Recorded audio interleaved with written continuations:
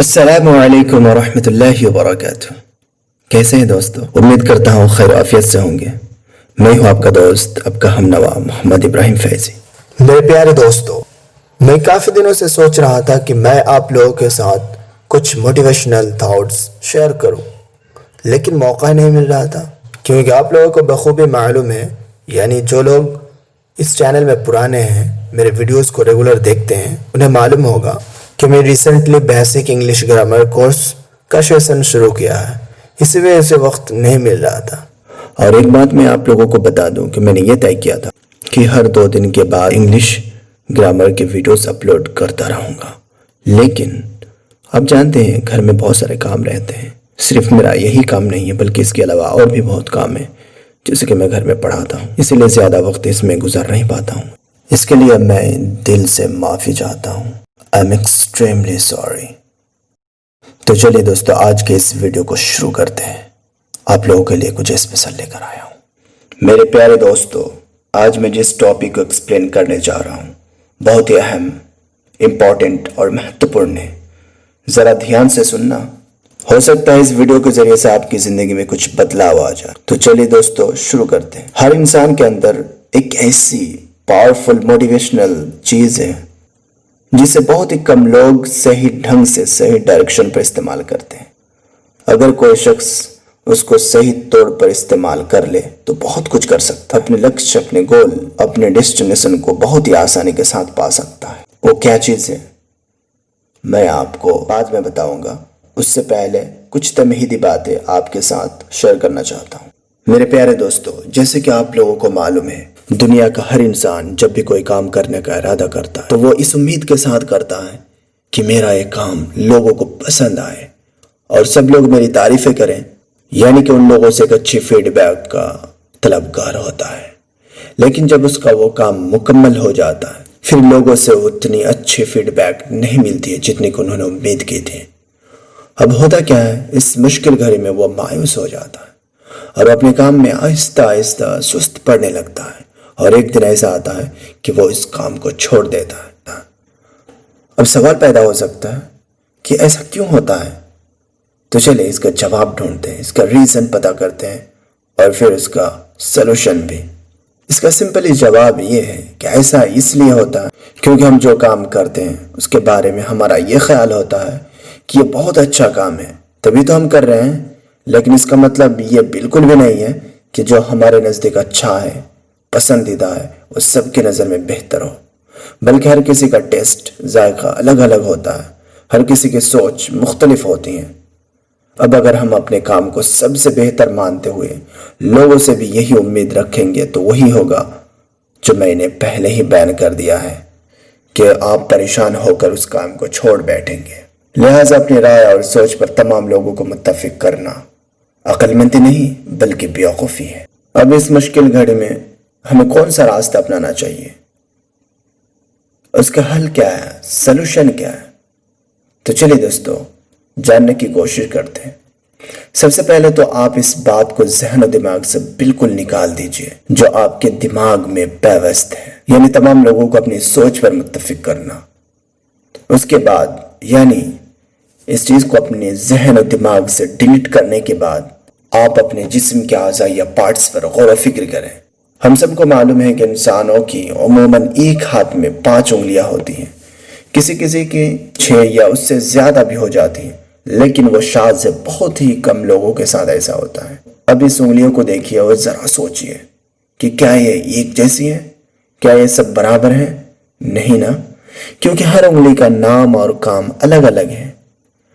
سب کو برابر کر دیتے تو شاید ان سے مختلف کام لینا مشکل ہو جاتا۔ ٹھیک اسی طرح انسانوں کا معاملہ ہے۔ دنیا میں تو اربوں خربوں انسان ہیں، لیکن وہ آپس میں ایک دوسرے سے ملتے جلتے نہیں ہیں اور نہ ہی ایک جیسے دکھتے ہیں۔ ان کی آواز، بولنے کا انداز، چلنے کا طریقہ، اسٹائل مختلف ہوتے ہیں۔ یہاں تک کہ جو جڑواں بھائی بہن ہوتے ہیں جن کی ملتی جلتی صورت لوگوں کو دھوکہ میں ڈال دیتی ہے، لیکن ان لوگوں میں بھی بہت ساری چیزوں میں فرق رہتا ہے، جس فرق کو خصوصی توجہ کے ساتھ دیکھنے سے معلوم ہو سکتا ہے۔ ان سب باتوں کا خلاصہ یہی ہے کہ آپ کی جو سوچ ہے اگرچہ لوگ اسے پسند نہ کریں، لیکن اس کا مطلب یہ نہیں ہے کہ وہ بہتر نہیں ہے۔ ہو سکتا ہے کہ یہ لوگوں کو سمجھ نہیں آ رہا ہے یا پھر وہ کچھ دوسرا سوچتے ہو۔ آپ کو مایوس بالکل نہیں ہونا چاہیے۔ آپ لوگوں کی باتوں کا بالکل پرواہ نہ کریں، ان کے طعنے اور استہزاء کو مسکراتے ہوئے قبول کیجیے، کیونکہ آپ کو بخوبی معلوم ہے پتھر اسی درخت پر مارے جاتے ہیں جس میں پھل لگے ہوئے ہوتے ہیں۔ بنا پھل والے درختوں پر تو پتھر کوئی پاگل بھی نہیں مارتا ہوگا۔ یہ ایک حقیقی بات ہے جس پر آپ بھی میرے ساتھ اتفاق کریں گے۔ وہ کیا ہے؟ وہ یہ ہے کہ جب آپ کچھ نہیں کر رہے ہو تو کوئی آپ کو پوچھنے تک نہیں آئے گا کہ کیا کر رہے ہو، کیوں نہیں کر رہے ہو، تمہیں یہ کام کر لینا چاہیے، وغیرہ وغیرہ۔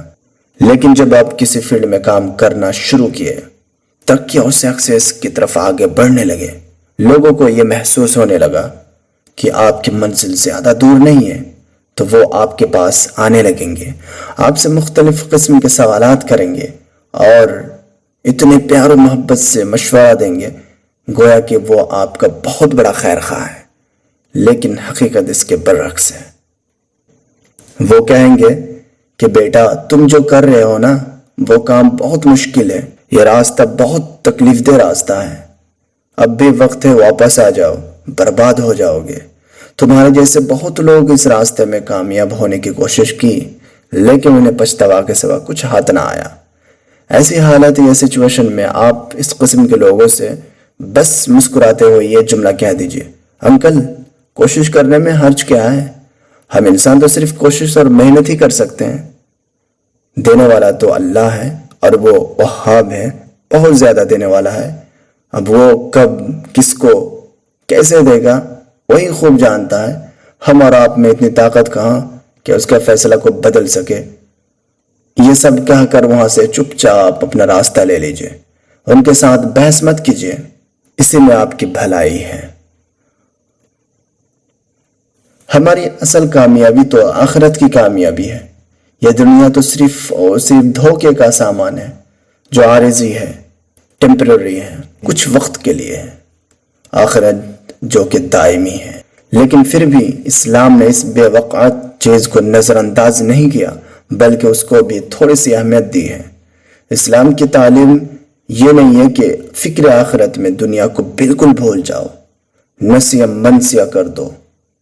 میں یہ بات ایسے ہی نہیں کہہ رہا ہوں، بلکہ اس بات کی تائید کے لیے میں آپ کو ایک آیت پیش کرتا ہوں، جیسے کہ اللہ تعالیٰ اپنی مقدس کتاب قرآن مجید کے اندر سورۃ الحدید سورہ نمبر 57 آیت نمبر 27 کے اندر فرماتا ہے، وَرُهْبَانِيَّةً ابْتَدَعُوهَا مَا كَتَبْنَاهَا عَلَيْهِمْ إِلَّا ابْتِغَاءَ رِضْوَانِ اللَّهِ۔ ترجمہ، رہبانیت یعنی ترک دنیا تو ان لوگوں نے از خود ایجاد کر لی تھی، ہم نے ان پر اسے واجب نہیں کیا تھا سوائے اللہ تعالیٰ کی رضا جوئی کے۔ اس آیت سے صاف ظاہر ہو رہا ہے کہ رہبانیت اسلام میں جائز نہیں ہے۔ میں آپ کو بتا دوں کہ رہبانیت کسے کہتے ہیں۔ رہبانیت کا مطلب ہوتا ہے ترک دنیا، گھر بار، فیملی، سماج، سوسائٹی سے بالکل الگ تھلگ ہو کر ویران جگہ پہ جا کر بس جانا، کسی جنگل میں جا کے بس جانا اور اپنے آپ کو اللہ تعالیٰ کی عبادت میں مشغول کر دینا، جو کہ اسلام میں جائز نہیں ہے، کیونکہ اللہ تعالیٰ نے دنیا میں زندگی گزر بسر کرنے کا طور و طریقہ نبی کریم صلی اللہ علیہ وسلم کو بتا دیا ہے۔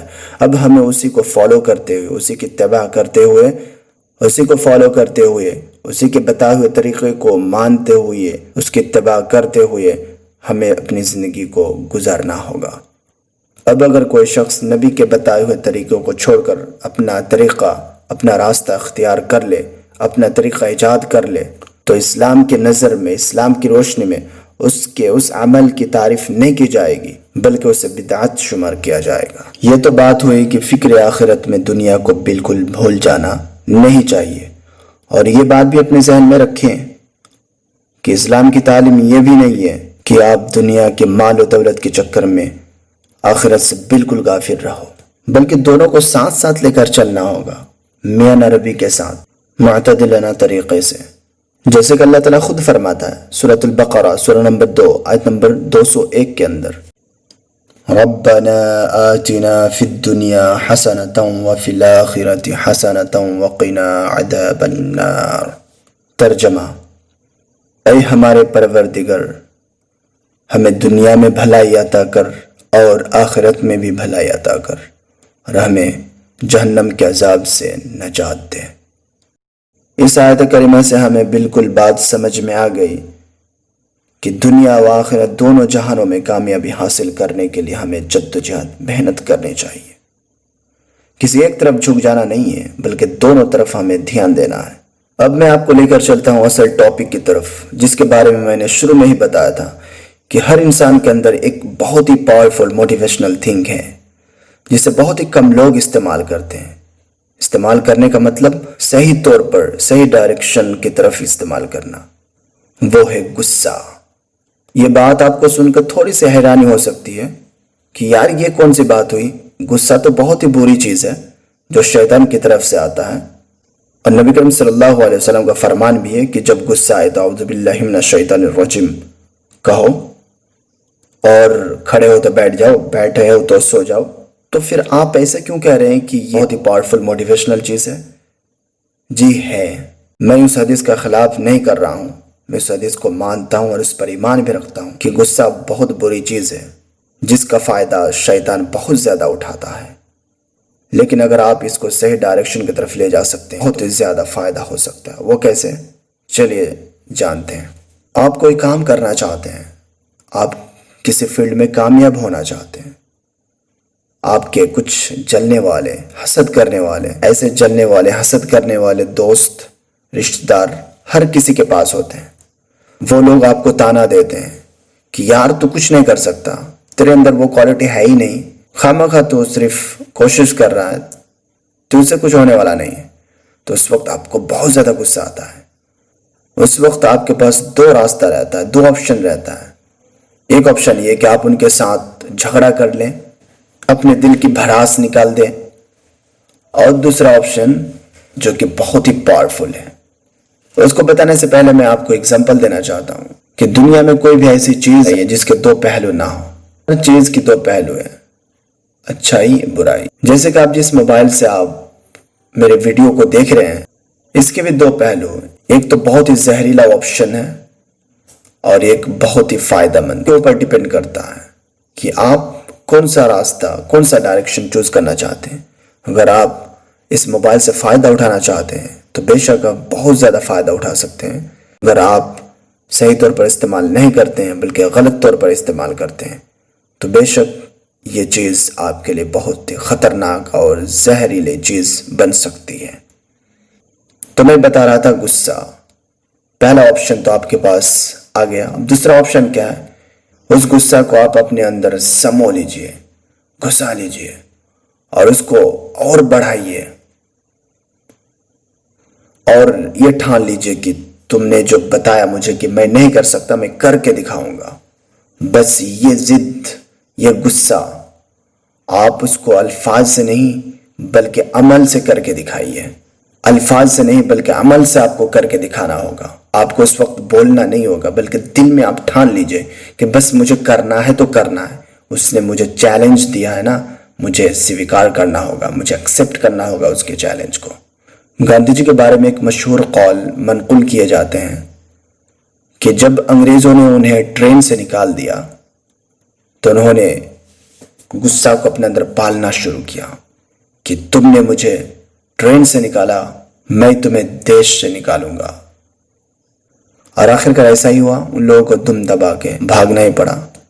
ان سب باتوں کا کہنے کا میرا مقصد یہ کی تھا کہ آپ کسی بھی کام کو کرنے کے لیے ضدی بن جائیے، اپنے حاسدین کو چنوتی دیجئے کہ میں تجھے کر کے دکھاؤں گا۔ اب میں آپ کو مشورہ کے طور پر ایک بات بتا دوں کہ دنیا میں کرنے کے لیے بہت کچھ ہے، بس آپ کو اپنی آنکھیں کھولنا ہوگا، ارد گرد دیکھنا ہوگا، محسوس کرنا ہوگا کہ کیا ہو رہا ہے، کون سی چیز میرے لیے بہتر ہے، میں کیا کر سکتا ہوں، میرے اندر کون سی ٹیلنٹ چھپا ہوا ہے۔ اگر آپ کو مشکل ہو رہا ہے کہ میرے اندر کون سی ٹیلنٹ ہے، میں سمجھ نہیں پا رہا ہوں، مجھے معلوم نہیں چل رہا ہے کہ میں کیا کر سکتا ہوں، تو میں آپ کو ریکمنڈ کروں گا کہ میرے ایک ویڈیو ہے اپنے ٹیلنٹ کو کیسے تلاش کریں، اس کا لنک میں ڈسکرپشن میں دے دوں گا، آپ اسے جا کر ضرور دیکھیے۔ اب جب آپ کو پتہ چل گیا کہ یہ کام میرے لیے بہتر ہے تو اس کام کو اس وقت تک کرتے رہیے جب تک کہ آپ کو منزل نہ مل جائے۔ اسلام کسی بھی حلال اور جائز کام کو کرنے سے نہیں روکتا ہے۔ آپ کو صرف دھیان میں رکھنا ہوگا کہ جو کام میں کرنے جا رہا ہوں یا کر رہا ہوں وہ اسلام کی نظر میں حلال ہے کہ نہیں۔ اگر ہیں تو کوئی دقت نہیں ہے، آپ بے فکر ہو کر کیجیے، اور اس دنیا کے دامن کے ساتھ ساتھ آخرت کے دامن کو بھی پکڑ کے رکھیں، نہیں تو پھر آپ کو پچھتاوا کے سوا کوئی ہاتھ نہ آئے گا، کیونکہ یہ دنیا عارضی ہے، کچھ وقت کے لیے ہے۔ اس میں اگر فیل بھی ہو گئے تو کوئی دقت نہیں، آخرت کی کامیابی اصل ہے۔ لیکن چونکہ دنیا میں ہم لوگوں کو بھی اللہ تعالیٰ نے بھیجا ہے دنیا داری کرنے کے لیے بھی اور آخرت کی فکر کرنے کے لیے بھی، اس لیے ہمیں دنیا میں بھی کامیابی حاصل کرنے کی دعا مانگنی چاہیے اور محنت کرنی چاہیے، ساتھ ہی ساتھ آخرت کو بھی چمکدار بنانے کی بے حد کوشش کرنی چاہیے، جدوجہد کرنی چاہیے، محنت کرنی چاہیے۔ چلیے دوستو، آج کے لیے اتنا ہی، تب تک کے لیے محمد ابراہیم فیض کو دیجیے اجازت۔ السلام علیکم ورحمۃ اللہ وبرکاتہ۔